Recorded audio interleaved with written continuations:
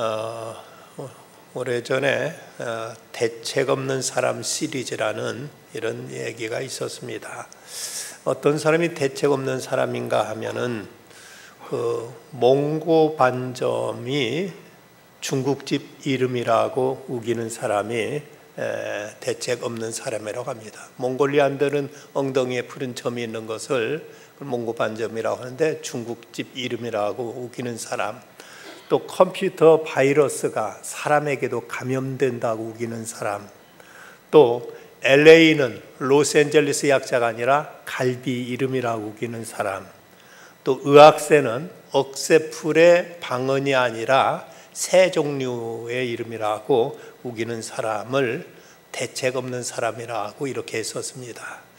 근데 이 얘기를 듣던 어떤 성가대원이 하는 말이, 그보다 더 대책 없는 사람은 성가 연습하지도 않고 성가대에서 올라오는 사람이 정말로 대책 없는 사람이라고 이런 말을 했습니다.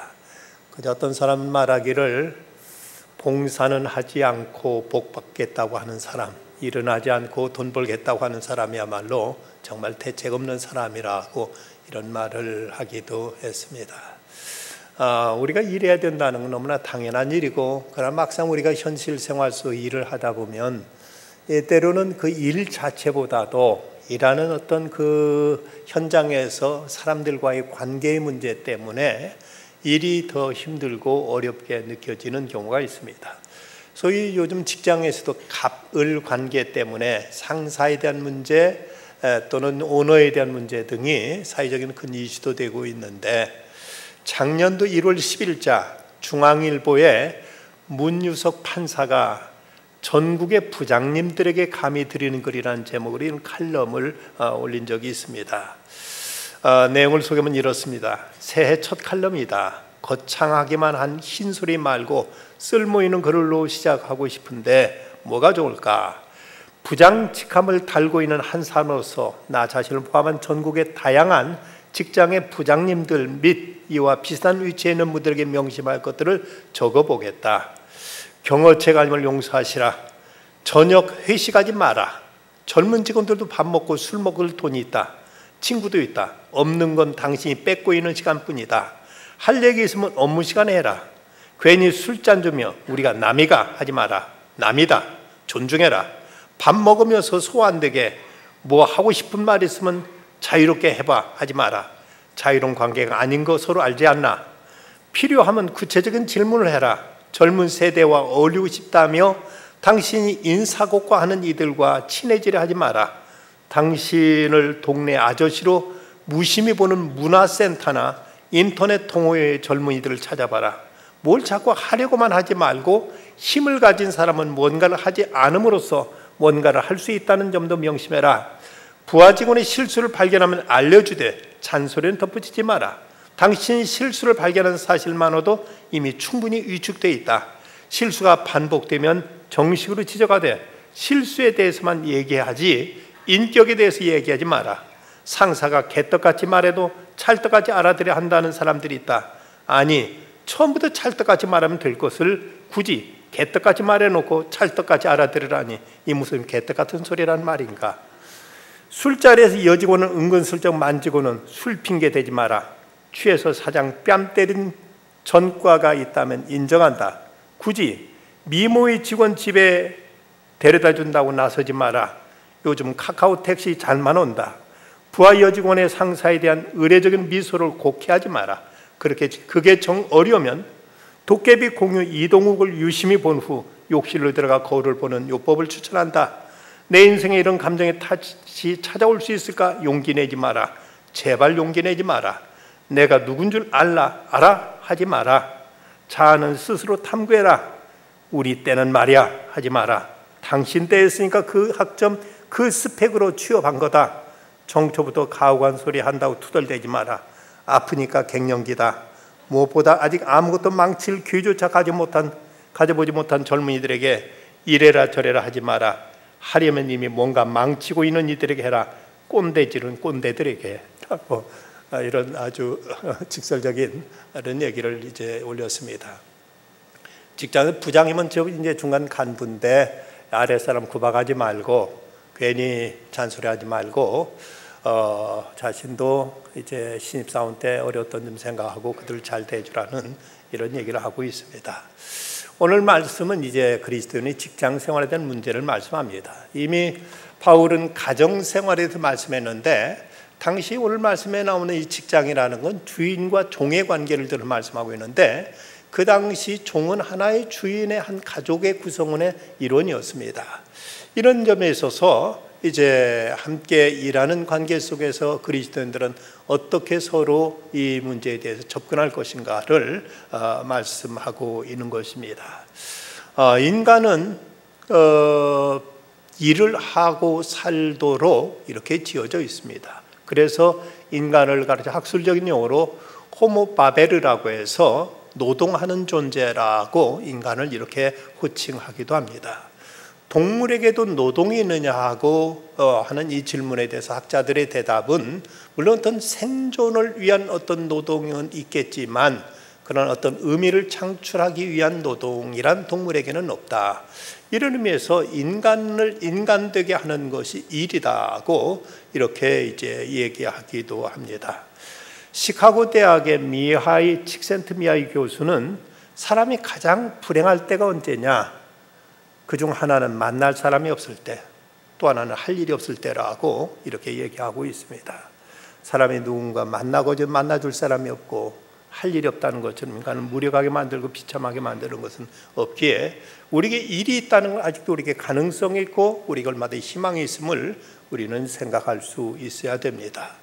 사도 바울 당시에 로마의 제국 안에는 노예가 무려 6천만 명이나 있었다고 하고 이 숫자는 전체 국민의 절반에 가까운 이런 숫자였다고 이렇게 전해지고 있습니다.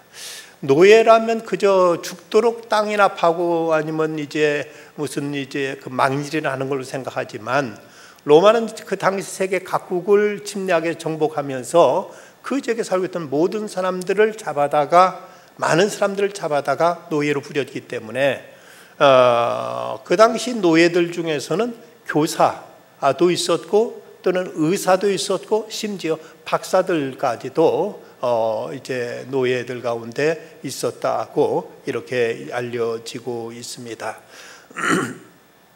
당시 로마는 노예들에 의해서 유지되고 있었다고 해도 과언이 아닙니다.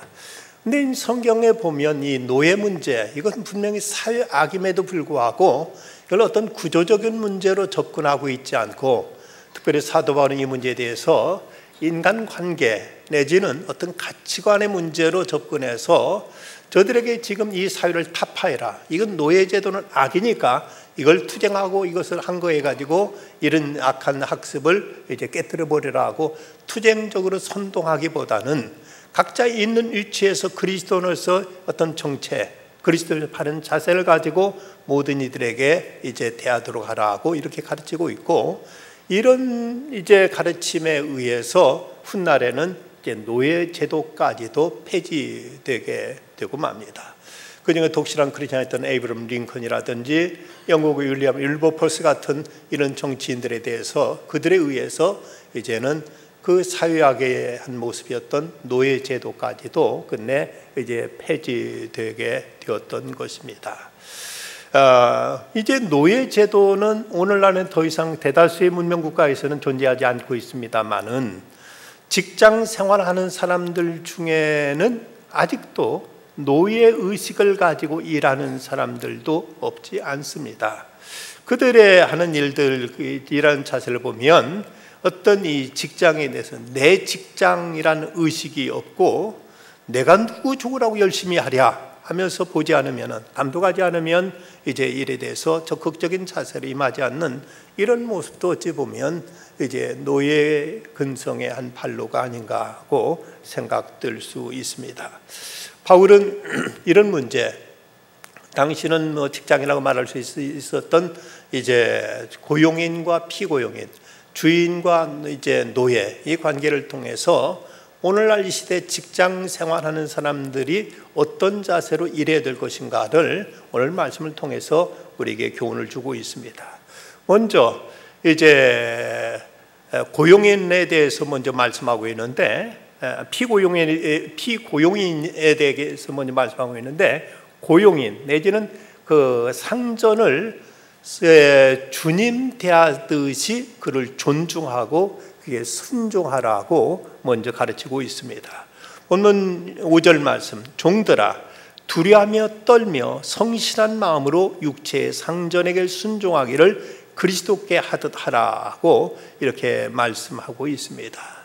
한국 사람들은 배고픈 건 견디지만 배 아픈 건 못 참는다는 이런 말이 있듯이, 우리가 일하는 데 있어서 일 자체보다도 때로는 이제 사장이나 아니면 자기 상사가 안 입고 와서 이거 못마땅해서 이래서 그 어떤 일 자체에 성실하지 못하거나, 아니면 거기에 이제 자기의 어떤 이제 주변과의 인간관계, 이것이 원만치 못해서 그래서 일하는 그 자체도 힘들게, 이것도 어렵게 받아들이는 경우들이 많이 있는 것을 보게 됩니다.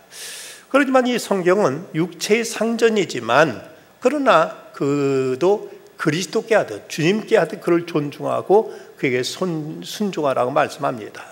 당신이 돈 꽤나 있다고 당신이 이제 사장 되었지, 당신이 있는 건 돈뿐이지 무슨 인격도 대단하고 내가 당신을 존경하겠느냐 하면서 이제 그 사람에 대해 전혀 어떤 인격적인 존경이나 존중을 하지 않게 될 때, 이러면서 먼저 인간관계가 파괴되게 되면은 아무리 능력이 있든 아무리 어떤 이제 그 사람이 우수한 차질이 있든 그는 그 직장에서 그 일터에서 계속 이제 남아있기가 어렵게 되고 말 것입니다.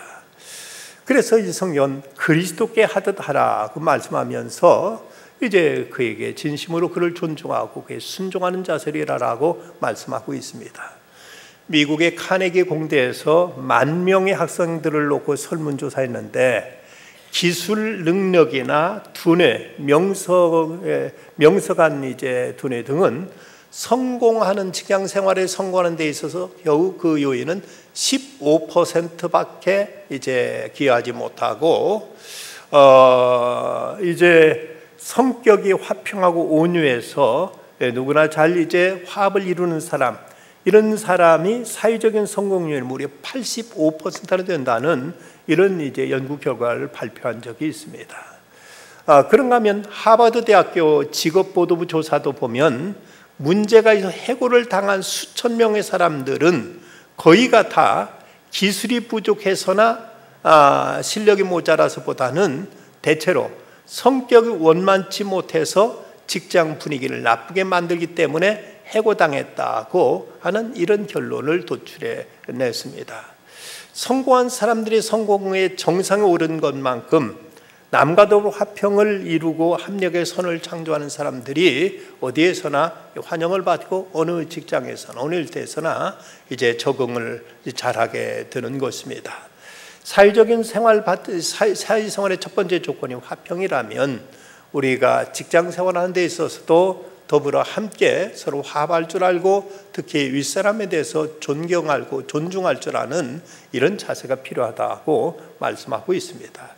그러고 나서 6절 말씀에 보면 눈가림만 하여 사람을 기쁘게 하는 자처럼 하지 말고 그리스도의 종들처럼 마음으로 하나님의 뜻을 행하라고 말씀하고 있습니다. 눈가림으로 하지 말라는 말씀을 킹 제임스 버전에 보면은 아이 서비스라고 이렇게 돼서 여기 이 말씀은 not with eye service라고 이렇게 표현하고 있습니다. 그저 눈으로만 그 보는 데서는 열심히 하는 듯 하고 안 보는 데서는 전혀 딴짓하고 하는 이런 이제 eye service를 하지 말고 이제 어디에서나 성실한 자세로 일하도록 하라고 말씀합니다. 우리 종교 개혁자들의 경건 생활의 모토는 코람데오, 주님 앞에서라는 이제 자세로 매사에 그들은 살았습니다. 어디서나 그들이 경건할 수 있었던 것은 항상 자기가 집 가정에 있든지 직장에 있든지 어디에 있든지 내가 지금 주님 앞에 있다는 이런 의식으로 그들은 살았기 때문에 그들이 신앙생활과 사회생활에서 모두 그들은 이제 당시 사회에 빛이 될 수 있었고 세상을 변화시킬 수 있는 이런 놀라운 이제 믿음의 능력을 드러낼 수 있었던 것입니다. 전에 주중대사를 지냈던 김아중 대사가 쓴 책 하나님의 대사라는 책에 보면 상사를 욕하면 몸이 아플 겁니다 라는 제목의 이런 얘기를 싣고 있습니다.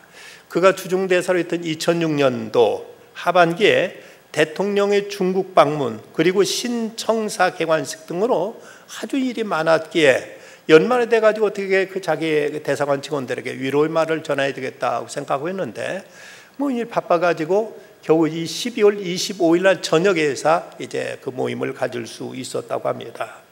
그 모임을 이제 준비하면서 하나님께 기도하는데 하나님, 내일 직원 송년회를 가집니다.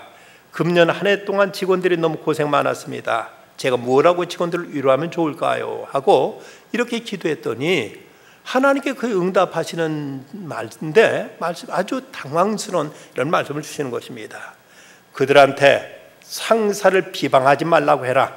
상사를 비방하면 아플 것이다 하는 이런 메시지를 저들에게 전하라는 이런 응답을 받았습니다. 아주 그 응답을 받고 난 난감했습니다. 만약 그 말을 직원에게 그대로 전하면 마치 뒤에서 그 자기 요구를 했다고 그래서 병 걸린다고 아는 이제 소리로 들 것 같아서 차마 그 말을 못하고 끙끙댔는데 그런데 이제 그 식사가 다 끝나고 이제 차만 마시면 이제 저희가 다 끝나게 되었는데 그때 자꾸 성령께서 지금 말하라고 이제 마음을 강력하게 그에게 충동을 주시더랍니다. 할 수 없이 입을 열었는데 여러분 내가 이런 말하면 좀 이상하게 들릴지 모르지만 앞으로 혹시 다른 데가 근무할 때라도 상사를 욕하지 마시오. 상사를 욕하면 몸이 아플 겁니다 라고 이 말을 끝내 하고 말았다고 합니다. 송년회를 마치고 집에 돌아왔는데 한 밤중에 하나님께서 자기 의지와 상관없이 식사 때 이 테이블에 앉았던 한 주재관에 대한 말씀을 주시더랍니다. 내가 나를 사랑하여 열심히 기도하니 내가 기쁘도다. 그러나 넌 조심해라. 내 마음속에 아직도 남을 미워하고 비판하는 마음이 있으니 넌 그것을 털어낼지어다. 그러지 않으면 내 마음이 편하지 않을 것이다. 너는 남을 욕하거나 비판하지 말라. 그리하면 그들이 너를 욕하지 않을 것이다. 너는 겸손해라. 그러면 내가 존경받을 것이요 내가 살아남을 것이리라 하는 이 말씀이 하나님께서 주시더라는 것입니다. 그러고 나서 12월 27일 날 월요일 아침에 기도문을 출력해 가지고 이제 이 내용을 담은 기도문을 출력해서 출근했는데 오후에 그 주재관이 찾아와서 보고를 하고 나서는 나가지 않고 자꾸 쭈뼛거리길래 물었습니다. 무슨 다른 보고할 일이 있으신가요? 했더니 뭐라 말씀드려야 될지 모르겠습니다만은 저 사실은 뭔지 말씀해 보세요. 했더니 말씀드리기가 좀 어려워서요. 지난번 대사님 제게 야단 좀 치셨죠. 그랬죠. 근데 제가 화가 많이 났습니다. 몇몇 사람들에게 대사님에 대해 좋지 않게 얘기를 했습니다. 그런데 이상하게 몇 달 전부터 건강이 안 좋아 약을 먹었지만 낫지는 않습니다. 그러면서 크리스찬으로서 대사님을 욕한 제 행동이 적절하지 못했다고 느껴져 마음이 아주 불편했습니다. 그런데 지난 송년회 때 대사님께 식사를 다 하신 다음 상사를 욕하면 아프다고 하셨죠. 저는 그 말씀을 듣는 순간 제가 대사님을 욕했기 때문에 아팠던 것이 아닌가 생각이 들어서 그날 밤 회개했습니다. 그리고 주말에 기도하면서 고민하다가 대사님께 용서를 빌려고 이렇게 자주 말씀드립니다. 제가 잘못했습니다. 용서해 주십시오 하고 말하기에 이 김하중 대사 자기가 써왔던 기도문을 보여주니까 깜짝 놀라더라는 것입니다. 그에게 당신 병은 이미 나았습니다. 하나님이 당신을 낫게 하시려고 나한테 말씀하신 것입니다. 하나님 당신을 사랑하셔서 병 낫게 하시려고 말씀하신 거니까 이제는 걱정하지 마십시오 하고 돌려보냈습니다. 얼마 후에 다시 찾아와서 대사님 제 병이 다 나았습니다. 또한 저를 위해 기도해 주셔서 정말 감사합니다. 그가 이제 대소를 떠나 서울로 돌아갈 때까지 계속 그를 위해서 기도해 줬고 그는 정말 건강 회복되더랍니다. 때로 우리들은 직장 생활하다 보면 우리들이 상사와 관계가 원만치 못할 때가 있습니다. 그러나 크리스천으로서 우리가 생각할 것은 저분도 하나님이 세우셨다고 우리가 받아들인다면, 그렇다면 때로는 우리가 마음으로 맞지 않는 것도 하나님이 세우신 것을 누가 우리가 감히 탓할 수가 있겠습니까? 하나님께서 세우신 권위라고 인정하고 받아들이고 주님께 하듯 순종하라고 이제 말씀합니다. 그러면서 두 번째는 모든 일을 주님께 하듯 주님의 일을 하듯 성실하게 하라고 또 말씀합니다. 7절 말씀, 기쁜 마음으로 섬기기를 주께 하듯 하고 사람들에게 하지 말라고 말씀합니다. 골로새서에서도 3장 23절에서 무슨 일을 하든지 마음을 다해 주께 하듯 하고 사람에게 하듯 하지 말라. 이 말씀을 옛날 성경에 보면 단마음으로 하라고 이렇게 번역되어 있었습니다. 우리가 주님이 나를 사랑하셔서 내게 일을 맡기셨다고 생각하고 일한다면 어떤 일이든 우리가 기쁘게 즐겁게 우리가 그 일에 보다 적극적으로 하게 되지만, 내가 오늘 이렇게 운이 없어서 재수 없어서 내가 복이 없어서 이런 일을 내가 하게 됐는가 하고 생각하게 되면 그 일에 대해서 결코 기쁜 마음으로 적극적으로 능동적으로 일하기는 어려울 것입니다. 그런데 주님이 나에게, 나를 사랑하신 주님이 나를 위해서 일을 맡겨주셨다고 생각한다면 그보다 우리는 이제 진취적으로, 보다 더 이제 능동적으로 그 일에 우리는 이제 감사한 마음으로 나서게 될 것입니다. 인간이 타락 이전과 타락 이후의 노동에 대한 그 가치관이 달라진 것은, 인간이 타락 이전에도 저들에도 동산을 관리하는 일이 있었습니다. 한데 타락 이후에는 그 노동을 저주로, 형벌로 받아들이게 되었다는 것입니다. 그러나 우리가 그리스도 안에 구속받은 이제 그리스도인 되었다면 이 노동이라는 것 결코 어떤 형벌이 아니라 하나님께 우리에게 주신 소명, 하나님께서 이를 위해서 우리를 부르셨고 이를 통해서 하나님 뜻을 펼치기 위한 이런 어떤 이제 그 도구로서 우리에게 일을 맡기셨다고 받아들이게 될 때, 어떤 일이든 우리는 그 일에 대해서 자부심을 가지고 하나님께로부터 받은 이제 소명감을 가지고 그 일에 우리가 성실하게 임할 수 있게 될 것입니다. 이 성실한 마음이란 헬라어로 아플로테티라는 단어인데, 이 말은 나누어지지 않은 마음, 집중하는 마음, 소위 싱글 하트라는 이런 말로 번역될 수 있는 말로서 우리가 어떤 일에 대해서 하나님이 내게 일을 주셨다 하는 깨끗한 단순한 마음으로 그 일에 임하게 될 때 그 일을 통해서 우리는 큰 기쁨도 보람도 얻게 될 것입니다. 미켈란젤로가 바티칸의 시스틴 성당의 그 천장에다 천지창조를 그릴 때 오랫동안 그 천장에다 그림을 아주 세밀하게 그리고 있자 그 성당을 관리하고 있던 사람이 그를 보면서 말하기를, 여보게 여기서는 아무것도 안 보이네. 그렇게까지 이제 그 세밀하게 할 필요 있는가? 대충 하게 하고 말하니까 이때 미켈란젤로가 대답하면서 저 천정 쪽을 바라보면, 그래도 저분은 보시지 않겠는가라고 말하더랍니다. 사람 눈에는 안 보여도 하나님은 다 보신다는 이런 자세로 미켈란젤로는 그 아름다운 그 위대한 작품 천지창조를 그려냈던 것입니다. 주님의 일을 하듯 성실한 자세로 하라. 세 번째는 주님의 보상을 기대하고 일하라고 또 말씀합니다. 8절 말씀, 이는 각 사람이 무슨 선을 행하든지 종이나 자유나 주께로부터 그대로 받을 줄 압니다. 주님이 주께로부터 그대로 받는다. 비록 사람으로부터 바로 인정되지 않고 사람으로부터 어떤 결과는 우리에게 주어지지 않을지 몰라도 주님이 다 보시고 주님이 갚아주신다는 이 자세로 일하라고 말씀합니다. 골로새 3장 24절 보면, 이는 기업의 상을 주께 받을 줄 아나니 너희는 주 그리스도를 섬기느니라고 말씀합니다. 사람들은 자네 그렇게 열심히 한다고 누가 알아주나? 대충 하게, 적당히 하게 하고 말할지 모르지만, 그러나 주님은 갚아주신다. 사람은 비록 내가 이렇게 열심히 하는 것을 다 알아주지 못할지라도 주님은 아시고 갚아주신다고 말씀합니다. 이 골로새 3장 25절, 불의를 행하는 자는 불의의 보응을 받으리니 주는 사람을 외모로 취함이 없느니라고 말씀하고 있습니다. 어떤 중소기업에 다니고 있던 한 크리스찬이 그 동료 직원 중에 누가 하나 잘못한 것이, 그가 큰 잘못을 한 것이 그만 이 크리스찬 직원에게 뒤집어져서 씌워져서 이때 몹시 괴로워하고 있었습니다. 이걸 뭐 자기가 말해버리면은 간단한데 차마 자기 입으로 그걸 그 사람이 했다고 말할 수도 없어 끙끙대고 있자 그의 그 아내가, 여보 하나님이 다 아셔요. 그래 저도 알고 있고요. 그러면서 이렇게 이제 달랬는데, 문제는 그 회사의 오너인 그 사장도 이 크리스찬이 한 것으로 알고는 그에 대한 태도가 이전과 달랐습니다. 도무지 이것을 말할 수도 없고 안 할 수도 없고 몹시 괴로워하고 있다가 도저히 더 이상 침묵할 수 없는 코너에 몰리자 어느 날 그 사장의 책상에다 이런 메모지를 써놓고 나왔다고 합니다. 사장님, 제게 책임이 있다고 판단하신다면 제가 모든 책임을 지고 사직할 수 있습니다.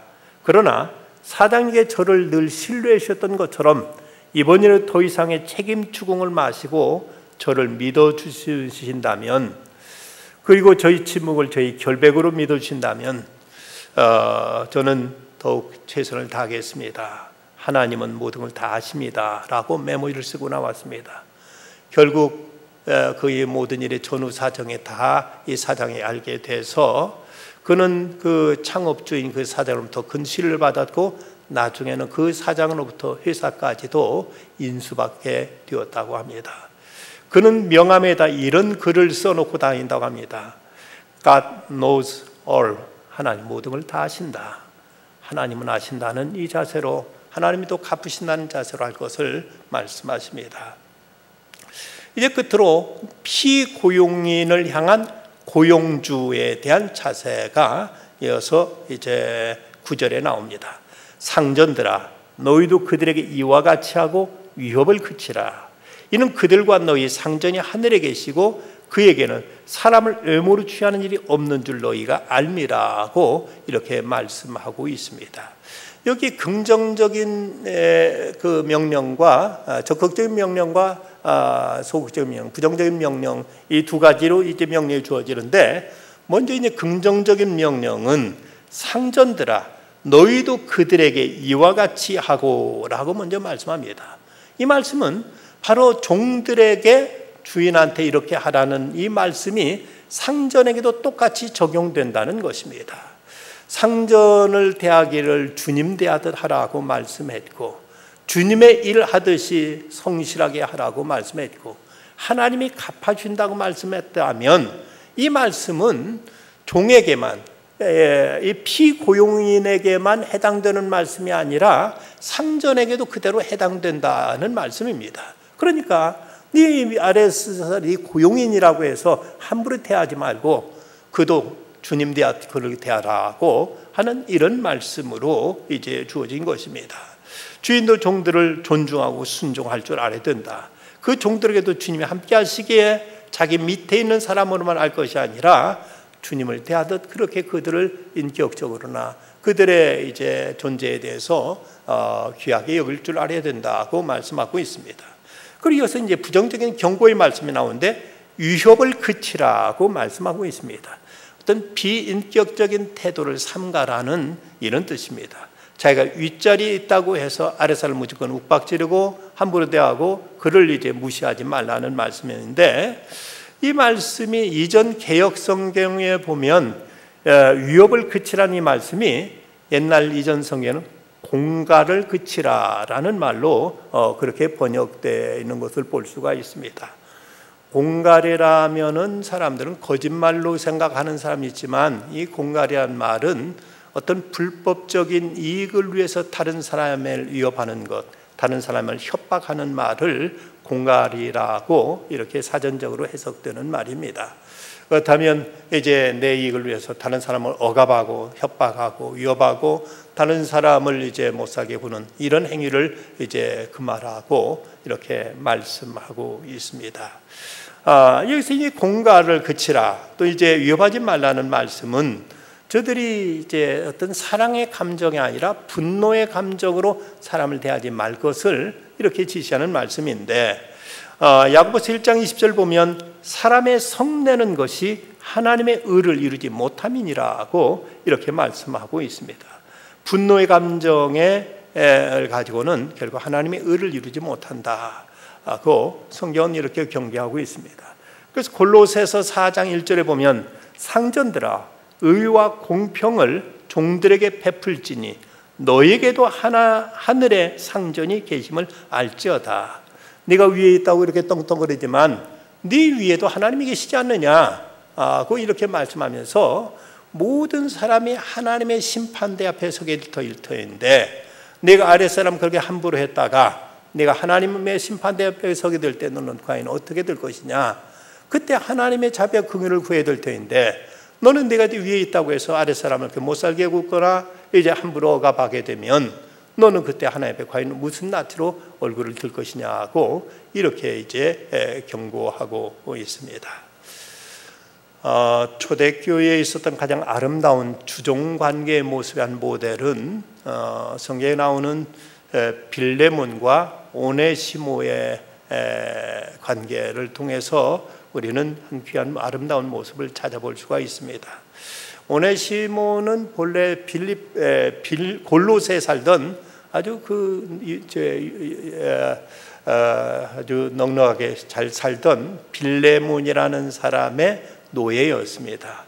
근데 어느 날 그가 자기 주인 빌레몬에게 상당한 재물에 손해를 끼치고 그거는 달아나 버립니다. 그래서 로마로 갔다가 그러면 로마에서 바울을 만나서 거기서 이제 예수님을 믿게 되는 것입니다. 바울은 이 오네시모를 예수 믿게 해서 그걸 완전히 거듭나게 한 다음에 그를 곁에 두고 자기의 일을 맡기고 같이 일을 하고 싶었지만, 그러나 그가 일찍이 빌레몬의 노예였던 걸 아는지라 그냥 그 빌레몬과도 잘 알던 사이였고, 빌레몬도 이제 바울에게 신세를 진 적이 있습니다. 그랬던 터라 바울이 이 오네시모와 빌레몬의 관계를 깔끔하게 정리하는 게 좋겠다 싶어서 오네시모를 빌레몬에게 돌려보냅니다. 돌려보내면서 같이 들려보낸 편지가 바로 성경의 빌레몬서입니다. 빌레몬서 1장 10절에 보면 갇힌 중에서 낳은 아들 오네시모를 위하여 내게 간구하노라고 이렇게 말하면서 16절 18절 말씀 보면 이후로는 종과 같이 대하지 아니하고 종 이상으로 곧 사랑받는 형제로 둘 자라. 내게 특별히 그리하거든 하물며 육신과 주 안에서 상관된 내게랴. 그러므로 내가 나를 동역자로 알진대 그를 영접하기를 내게 하듯 하고, 그가 만일 내게 불의를 하였거나 내게 빚진 것이 있다면 그것을 내 앞으로 계산하라고 이렇게 이제 부탁하고 있습니다. 그 다음의 내용은 성경에는 없습니다. 그렇지만 교회 전승에 의하면 정말로 이때 빌레몬은 바울의 그 편지를 받고 자기 집에서 그렇게 피해를 끼치고 도망갔던 노예였던 이 오네시모를 자기 형제로 받아들였다고 합니다. 그리고 나서 이 오네시모는 그 후에 정말로 바울을 섬기면서 그도 신앙적으로 잘 훈련되어서 나중에 에베소 교회 감독의 자리에까지 오르게 됩니다. 일개 노예가 하나님 말씀을 믿고 바울의 사랑과 빌레몬의 그 결단으로 인해서 이제 1세기 소아시아의 가장 중요했던 교회의 영적 지도자가 된 것입니다. 그리고 나서 이 편지가 쓰여지고 나서 50년이 지난 후에 안디옥 교회 감독이었던 이그나티우스가 로마로 이제 처형받으러 가면서 쓰였던 그 글 가운데 보면 그 당시 자기가 가장 존경할 만한 지도자는 에베소 교회 감독 오네시모라고 이렇게 고백할 만큼 교회사에서 이그나티우스라면 아주 유명한 초대교회 교부입니다. 그런데 이 이그나티우스가 말하는 내가 가장 존경하는 사람은 바로 오네시모 감독이다고 말할 정도로 이렇게 훌륭한 귀한 이제 교회의 지도자로 우뚝 서게 되는 것입니다. 이뿐만 아니라 오네시모를 용서하고 오네시모의 변화에 자극받아서 신앙생활에 전념한 이 빌레몬도 훗날 골로새 교회 감독이 됩니다. 그리고 그리스 교회 순교사에 의하면 네로의 핍박이 닥칠 때 이 오네시모와 빌레몬이 함께 순교를 당했다고 이렇게 전해지고 있습니다. 비록 이전에는 주인과 노예와 주인의 관계였지만 그리스도 안에 서로 인정하고 용납하고 받아들이고 사랑하고 섬기게 되자 저들은 이제 함께 주님을 섬기는 주님의 귀한 종들로 이렇게 거듭났고 하나님 앞에 아름다운 순교의 제물로 함께 이제 승화할 수 있었던 것입니다. 이런 이야기가 옛날 소아시아 지역에서만 있었던 것이 아니라 우리나라 이 땅에서도 이런 아름다운 이야기가 있었던 것을 우리는 알고 있습니다.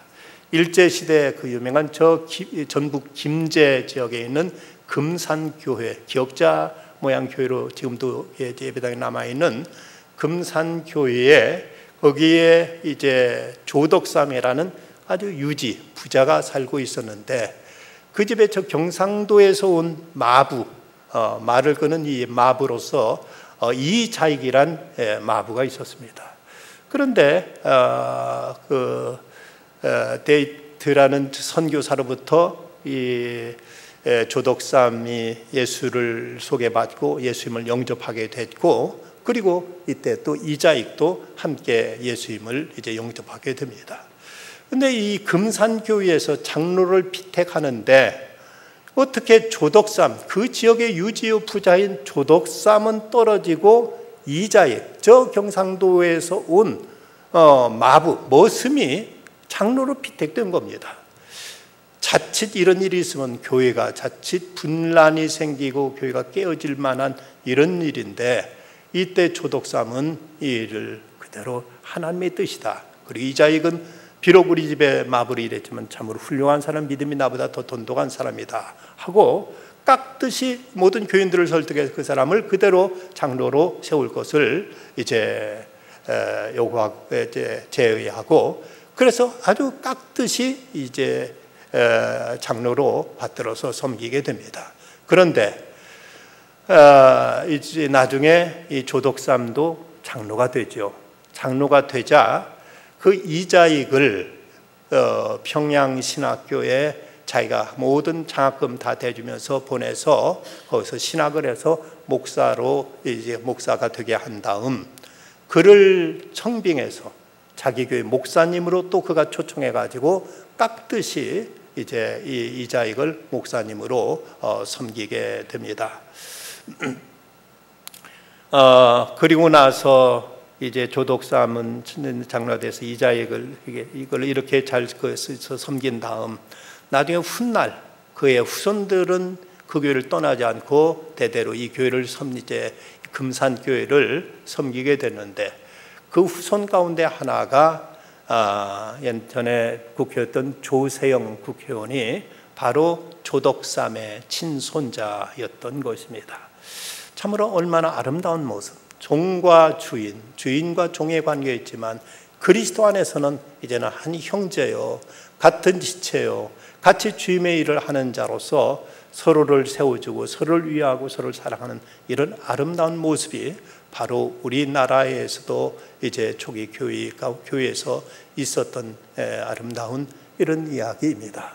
그렇다면 우리가 일하는 우리 직장에서도 우리는 마땅히 우리가 이제 우리의 상전들을, 우리의 상사들을 존경하고 그들에게 순종할 뿐만 아니라 상사된 입장에서도 또 자기 밑에 있는 부하나 피고용인들을 이제 자기 위에도 하나님이 계시듯이 그도 이제 우리가 그에게 사랑과 정성으로 대하게 될 때, 그럴 때 그 직장, 그 일터는 단순한 일하는 일터만이 아니라 그곳에도 아름다운 이제 교회와 같이, 그리고 천국과 같이 귀한 공동체로 이제 변화될 것이고, 이런 곳에서 더 아름다운 창조적인 역사들이 나타나게 될 것입니다. 하나님은 우리에게 일을 하도록 말씀하셨고, 우리가 일하는 일터까지도 선교의 장이 되고, 그것까지도 이제 교회와 같이 성소가 되어지고, 이것까지도 하나님의 통치가 이루어지는 천국이 되기를 기대하십니다. 이럴진데 우리에게 맡겨주신 일터에서 우리는 피차에 서로 주님 대하듯, 그리고 우리가 하는 그 일이 주님의 일을 하듯 성실하게 감당해 날 때 주님께서 갚아줄 것이고, 주님께서 이런 곳에 아름다고 놀라운 이제 창조적인 역사를 펼쳐주실 것입니다. 우리가 이런 일터가 이렇게 아름다운 천국으로 맡겨지는 귀한 기적의 역사가 일어날 수 있기를 간절히 기원합니다. 기도하시겠습니다. 거룩하신 아버지 하나님, 이 밤도 주님 앞에 나와서의 말씀 가운데 저희들이 또 직장에서 일하는 이제 일꾼으로서 자세를 또 이제 교훈받게 하심을 감사합니다. 서로를 주님 대하듯 섬기며 순종하는 아름다운 모습, 사람 일이 아니라 주님의 일을 하는 이런 성실함으로 하는 자세, 이렇게 최선을 다해서 일하면 그럼 하나님이 갚아준다는 이 믿음으로 저희들이 늘 성실하게 최선을 다해서 열심으로 일을 하는 중에 저희들의 일터가 단순한 어떤 작업장만이 아니라 이곳이 곧 성소가 되게 하시고 천국이 되게 하시고 곧 교회가 될 수 있게 하여 주시옵소서. 그리하여 이 땅에 하나님의 아름다운 창조 역사를 이뤄내는 주님의 귀한 일꾼들로 더욱 주님을 잘 섬기는 저희 모두가 다 되게 해 주시옵소서. 하나님, 제28자 선교단원들 지금 이제 선교제 열심히 일하고 있습니다. 끝까지 저들을 통해서 하나님 영광 받아주시고 저들이 전하는 말씀마다 하나도 하나님 그저 땅에 떨어지지 말게 해주시고 옥토에 떨어진 씨앗처럼 30배로 60배로 100배로 결실 거둘 수 있도록 주께서 함께하여 주시옵소서. 끝까지 강건하게 하시고 담대하게 하시고 은혜로 충만하게 하여 주시옵소서. 만나는 영혼들마다 변화되게 하여 주시옵시고 밟는 땅마다 하나님의 그곳이 하나님이여 참으로 구원의 땅으로 바뀌어질 수 있게 하여 주시옵시며 재방문하는 그 교회와 모든 주의 사람들에게 하나님이여 참으로 믿음 안에서 굳건히 서서 하나님을 영화롭게 하며 그들도 역시 복음의 이제 나팔수로서 전진 기지로서 그리고 이제 개척자로서 소임을 다할 수 있는 이런 교회와 또 이제 모든 지체들이 다 되게 하여 주시옵소서. 잘 마치고 건강에 돌아올 수 있도록 주님께서 눈동자 지켜 보호하여 주시옵소서. 내일부터 있을 중고등부 수련을 주께 축복해 주시고 청소년의 때 예수님을 인격적으로 만날 수 있게 해주시며 하나님이여 또 이제 털부터 있을 아동부 성경학회에도 하나님이 큰 은혜를 베풀어 주셔서 참으로 아름다운 천국 잔치가 이루어지게 하여 주시옵시고 이를 위해 수고하는 모든 선생님들에게 더욱 성령 충만하게 하시고 하나님 크신 은혜와 사랑으로 갚아 주시옵소서.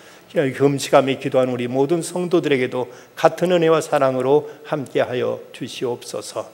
예수님의 이름으로 간절히 기도드리옵나이다. 아멘.